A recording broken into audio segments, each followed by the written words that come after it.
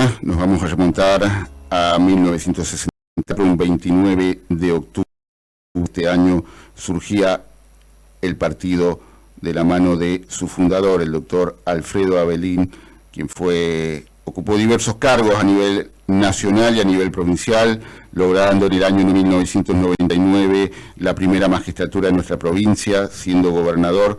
Hoy cumple aniversario el partido Cruzada Renovadora. Muy buenos días, doctora Nancy Avelín.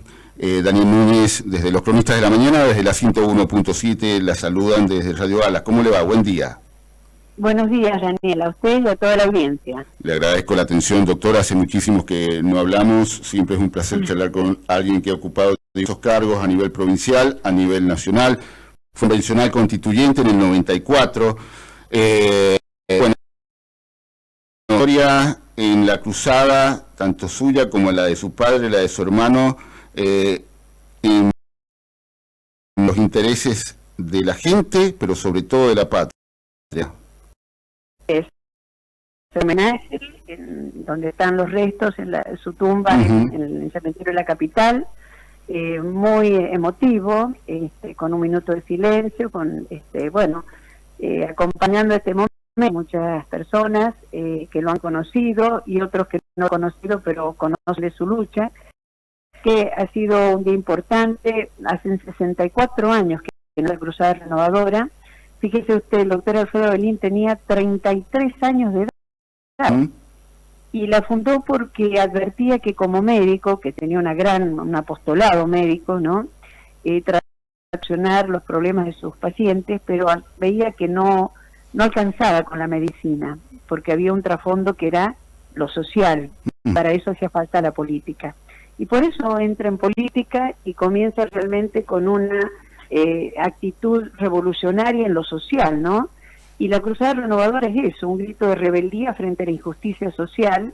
Y bueno, con 64 años de lucha, uno mirando hacia atrás se da cuenta que ha sido una lucha auténtica, realmente de un patriota, un hombre que entregó todo su esfuerzo, su profesión, su patrimonio, su vida al servicio del país y también para construir futuro, porque hablamos del pasado, pero en realidad es pensando en el futuro. Era un visionario. Fíjese usted la lucha del agua, de los recursos naturales, que la entabló hace 35 años. Le decían que estaba loco y en realidad no veían que él estaba mirando el futuro. Era un visionario, no solo un patriota, sino un visionario que tenía una visión estratégica del país, de la nación. Y bueno, trabajó incansablemente y creo que hoy, a la luz de 64 años de vida del partido, uno puede advertir que este partido Cruzada Renovadora ha tenido una lucha de coherencia al servicio de la gente y del país. Más allá de una elección, de ganar o perder elecciones, lo importante que se ha mantenido esa coherencia y de la buena política, ¿no? Palabras que hoy realmente tienen un gran valor, ¿no? Frente a tanta corrupción que se ha visto, tanto negociado, tanto desparpajo desde el poder, ¿no? Tanto privilegio. Él demostró que se puede hacer política con honestidad, con patriotismo y con vocación de servicio, no de negocio. Así que hemos honrado esa lucha y nos hemos comprometido a continuar para que las nuevas generaciones tengan una esperanza realmente de construir un futuro a partir de estos valores. Doctora, le hago la siguiente consulta. Para los que tuvimos el placer de conocer al doctor Alfredo Avelín, sabemos de su lucha, de la visión estratégica que tenía de la provincia y del país, de su lucha por la justicia social, contra la corrupción. Ni hablar, le tocó estar ahí en el Parlamento Nacional en los 90 años de mucha corrupción. Posteriormente vino el kirchnerato. Bueno, y ahora, ante un nuevo experimento, se puede denominar el nuevo gobierno, doctora, que estamos viviendo los argentinos. Mire, creo que justamente cuando se lucha desde la política con los verdaderos valores fundados en el sentido nacional, con una visión estratégica de la nación y el desarrollo de la nación integral, creo que hoy cobra más relevancia las posturas que él tenía, que no se entendían en ese momento. Cuando el neoliberalismo se instala en la Argentina, con todas estas políticas de entrega del país, de desguace del Estado, que provocó no solo de los recursos naturales, la privatización, el petróleo, el gas, la energía, todo lo que ya conocemos, sino el impacto social que ello provocó, porque produjeron miles y miles de personas desempleadas, ¿no es cierto? Sí. Y no se apuntaló a la industria nacional y a las pymes, que son los verdaderos motores de desarrollo de la Argentina y de cualquier nación del mundo, ¿no? Creo que en eso su mensaje veraz, auténtico, patriota, no entendido en su momento, pero era que estaba mirando el futuro. Lo mismo cuando planteaba la necesidad de industrializar la Argentina, cuando él decía ese gran proyecto del lado de la chacra de la industria, en cada rincón de la Argentina. Esto significaba generar trabajo y significa generar trabajo en cada pueblo del interior de la Argentina, ¿no? No solamente de la provincia de Buenos Aires, sino con un sentido integrador de toda la nación, un verdadero sentido federal.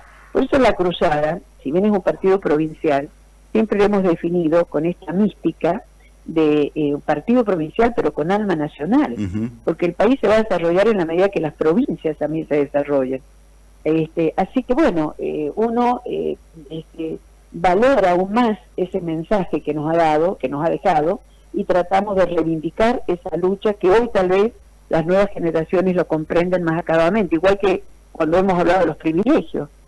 Fíjese usted, fue un pionero en hablar en contra de los privilegios, su propio testimonio de vida y el nuestro, renunciando a las jubilaciones de privilegio.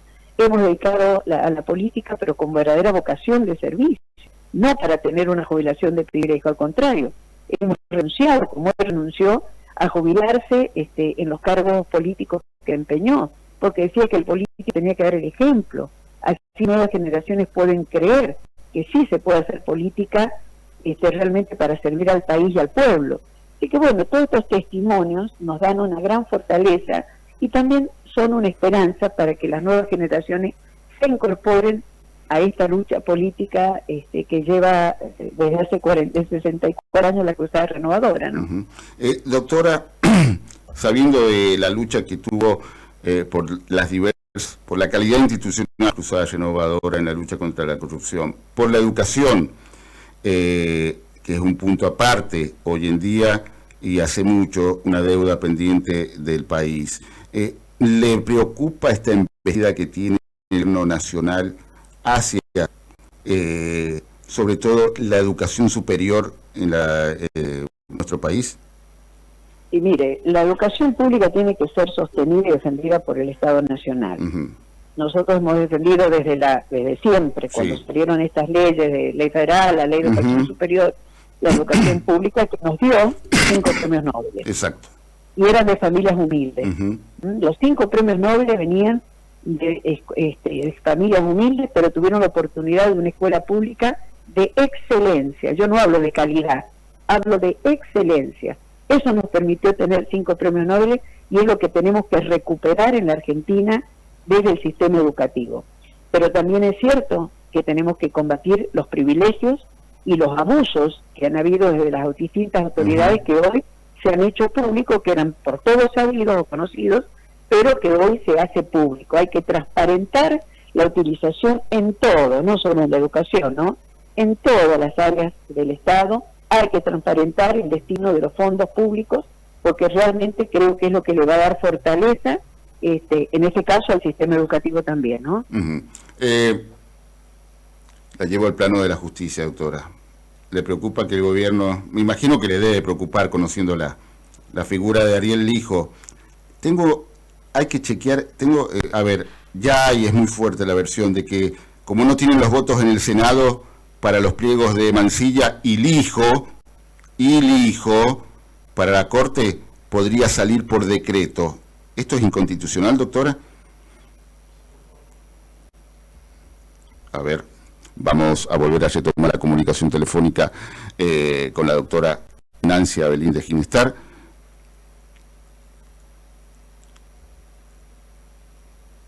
Bueno, mientras logramos la comunicación telefónica con la doctora Nancy Abelín de Ginestar, a ver si retomamos.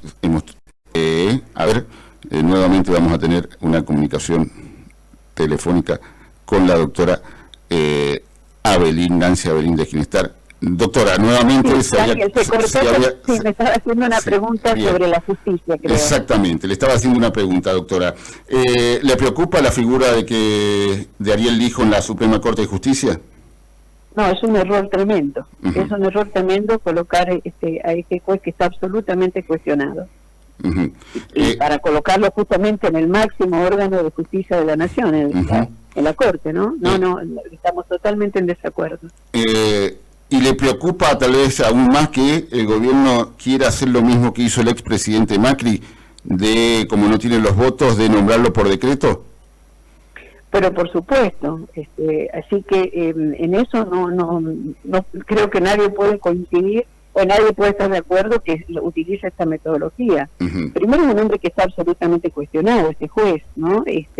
Y por las causas de la falta de diligencia o de celeridad en las causas, sobre todo de corrupción. Entonces, ¿cómo es posible que lo vayan a nombrar como ministro de la Corte de Justicia? Y se lo dice a alguien que cuando en su momento fui senadora, hace 18 años que dejé la función pública, 19 ya, no me acuerdo bien, pero justo salió el tema de la designación de Zaffaroni, me acuerdo. Efectivamente. Y bueno, yo lo voté en contra, a pesar de todas las críticas que recibí en ese momento, porque lo votaba en contra. Creo que el tiempo me dio la razón que una persona como él no podía estar en la Corte Suprema de Justicia de la Nación. ¿Y eso hoy espero que no se repita la misma historia y que se nombre, espero que no se vaya a nombrar al hijo en la Corte. La figura de Eugenio Zaffaroni era controversial por sus fallos, por ser un abolicionista del mismo No, pero no solo por sus fallos. En ese momento en la audiencia pública se detectó que había mentido en las declaraciones juradas. Claro. Él lo atribuía que era un error del contador en sus declaraciones juradas, y bueno, otras cuestiones que se le indicaban en ese momento. Pero bueno, creo que el tiempo, por lo menos en conciencia, yo me siento absolutamente tranquila de no haber apoyado la candidatura en su momento de Zaffaroni, como tampoco apoyé la candidatura a la Corte Suprema de Carmen Argibay, que fue colocada en ese momento y en ese lugar como ministra de la Corte para abrir el camino vía jurisprudencial al aborto en la Argentina, que es lo que pasó después en el gobierno del kirchnerismo con los famosos protocolos que permitían el aborto como derecho cuando es un asesinato, y en contra de la Constitución Nacional que preserva la vida desde la concepción. Y en esto no tiene nada que ver ni la religión ni la fe, sino que es una cuestión científica y constitucional. Hay vida desde el primer momento de la concepción, tal como lo dice la Academia Nacional de la Medicina y tal como lo ha consagrado nuestra Constitución a través de los tratados internacionales, el Pacto de San José de Costa Rica, y lo hemos defendido nosotros en su momento en la Convención Constituyente. Fíjese usted, a pesar de que yo iba en contra de esa reforma que hace 30 años se produjo en Argentina, era la única candidata, o sea, convencional constituyente por San Juan mujer, éramos 3 de la cruzada, de los 8 convencionales, 3 de la cruzada, la única mujer de los 8 era yo, y presentamos desde la cruzada la protección de la vida desde la concepción, y eso fue establecido a través del ingreso de los tratados con jerarquía constitucional. Bueno, esta mujer ya fallecida, la doctora Argibay, que de gran prestigio como jurista, pero ella planteó abiertamente antes de su designación que ella estaba a favor del aborto y era atea militante. Bueno, el atea uno lo respeta porque era su convicción personal, pero en cuanto al aborto se le preguntó en las audiencias que yo participé, en la audiencia pública, distintos aspectos de esto, cómo iba a aplicar la Constitución, si ella estaba planteando que era proclive o era militante del aborto. Y bueno, eso fue uno de los puntos fundamentales por los cuales voté en contra de su designación en el máximo Tribunal de Justicia de la Nación. Doctora, no obstante, estamos hablando de 2 figuras que fueron ministros de la Corte, la doctora Carmen Argibay y el doctor Eugenio Zaffaroni. Lo del hijo es mucho peor, porque se le observan actos de corrupción directamente una de las denuncias es que manejaba un auto de un narcotraficante, por ejemplo, doctora, de cajonear. Sí, exactamente, lo del hijo no tiene nombre directamente. Y lo que no se entiende es por qué el presidente lo defiende a capa y espada. Hay tanta crítica al respecto, crítica fundada, ¿no es cierto? Y objeciones fundadas a la designación del hijo a la Corte. Incluso usted dijo, había mentido Eugenio Zaffaroni en su declaración jurada. El hijo ni siquiera la presentó, cosa que es una locura, que alguien que quiere ser ministro de la Corte no presente las declaraciones juradas. Sí, mire, justamente, mire, usted no sabe, me hace acordar, me sonrío porque me hace acordar, mire, usted hace 20, ¿cuántos años? 20 tantos, en el 2000, sí. Apenas asume la gobernación el doctor Alfredo Belli. Usted sabe que uno de los primeros proyectos que presenta desde el Ejecutivo como gobernador, la creación del registro público del patrimonio de los funcionarios. Sí. Ya no las declaraciones juradas, ¿no? A eso ya estaba. Declaraciones estaban. Lo que pedía era crear un registro público, así como existe el del automotor y el inmobiliario, que existe un registro público de los funcionarios, de modo tal que sea público y que todos puedan tener registrado el patrimonio con el que entran y el patrimonio durante y después de la función pública. Es una manera de combatir la corrupción, transparentar y evitar lo que ya hemos visto de tanta corrupción y tanto enriquecimiento de los funcionarios que entran con una mano atrás y otra adelante a la función y terminan saliendo enriquecidos. Bueno, sobran los ejemplos, ¿no? Así que, lamentablemente, ¿no? Por eso no se cree en la política, o la mayoría de los jóvenes no creen en la política, ¿no? Entonces, era una manera, la creación del registro, de combatir este flagelo que hoy tiene, lamentablemente, la política y los funcionarios, en su gran mayoría, ¿no? Doctora, dos últimas consultas. Cuando escuchó la palabra del primer mandatario, cuando en una entrevista con un medio nacional le dijo, con un medio internacional, cuando dijo de que él se sentía orgulloso de ser un topo que venía a destruir el Estado desde adentro, ¿qué pensó? Bueno, la verdad que uno no puede entender la incoherencia, porque él hace política, habla de la casta, pero tiene metido a toda la casta en los funcionarios, ¿no? Habla en contra del Estado, pero él gobierna el Estado. Así que lamentablemente yo creo que no entiende lo que significa un Estado eficiente, un Estado transparente, que debe cumplir con su función esencial, que es la salud, la educación y la seguridad. Esas son funciones indelegables que tiene que tener el Estado. Por eso es inconcebible que hable de destrucción del Estado, ¿no? Eso es una anarquía absoluta y no puede el mercado ni el capital, más aún el capital internacional, manejar lo que significa la educación, la salud y la seguridad de una nación. Nosotros hablamos del Estado-Nación, o la Nación-Estado, como decía el gran estadista Arturo Frondizi. No hablamos solo del Estado, el Estado-Nación, donde tenemos un proyecto de vida común que nos une a todos los argentinos y que nos debe unir, no la destrucción, que es lo que está planteando él. Doctora, la voy a hacer escuchar a través de las palabras de Marcelo Longobardi. Usted es una gran lectora, tal vez hace 7 días leyó en el diario La Nación, tuve la oportunidad de leer también un artículo que escribió el politólogo Marcelo Giofre, que no tiene desperdicio y creo que explica las grandes incoherencias de este gobierno. Por favor, Tony. Jorge Fernández Díaz pertenece a un señor que se llama Marcelo Giofre, aquí yo no conozco mucho, pero es evidentemente un politólogo, un intelectual argentino, que ha escrito hace unos días justamente en La Nación un artículo muy largo sobre la relación del PRO con el gobierno, pero hay un punto en donde él se dedica a mirar un poco cómo está formateado, digamos, el pensamiento del presidente Milei y de su gente, ¿no? Dice, este gobierno repudia casi todos los valores republicanos, odian los contrapesos del Congreso, razón por la cual el presidente trata de ratas a los legisladores, veta sus leyes y luego entra en componendas de casta con estas mismas ratas, alquímicamente humanizadas, para homologar los vetos. Odian los límites que imponen los jueces y buscan reconfigurar la Corte con candidaturas escandalosas. Odian cualquier advertencia del periodismo, al que estigmatizan y trafican. Odian la diversidad y el pluralismo. Su dogma son ellos mismos. Algunos alegan que más allá de las formas, el rumbo es el correcto. Pero el tipo de sociedad que imaginan descree la educación pública igualitaria, que hasta donde sabemos es el único sistema que morigera las desigualdades de inicio. Tampoco alientan las políticas culturales, ese matiz que hizo de las clases medias argentinas una de las más ricas y tensas del mundo. Peor aún, confunden cultura con espectáculo.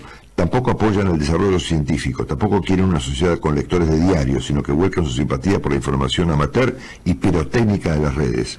Hay quienes sostienen que esta es una revuelta plebeya y que por esta razón, perdón que me distraje un segundito, por esta razón quieren derrumbar los íconos de la cultura. Me inclino a pensar, por el contrario, que buscan convertir deliberadamente a los ciudadanos en engranajes embrutecidos. La clase media está siendo demolida en un sistema que, con ingresos congelados y gastos crecientes, la obliga a desmantelar todos sus ahorros en dólares a un valor mantenido artificialmente bajo el cepo, el arbitrario blend para liquidar divisas, un blanqueo insólitamente generoso, el impuesto país y la manipulación de la tasa de interés. El liberalismo más dirigista del planeta, dice Marcelo Giofré.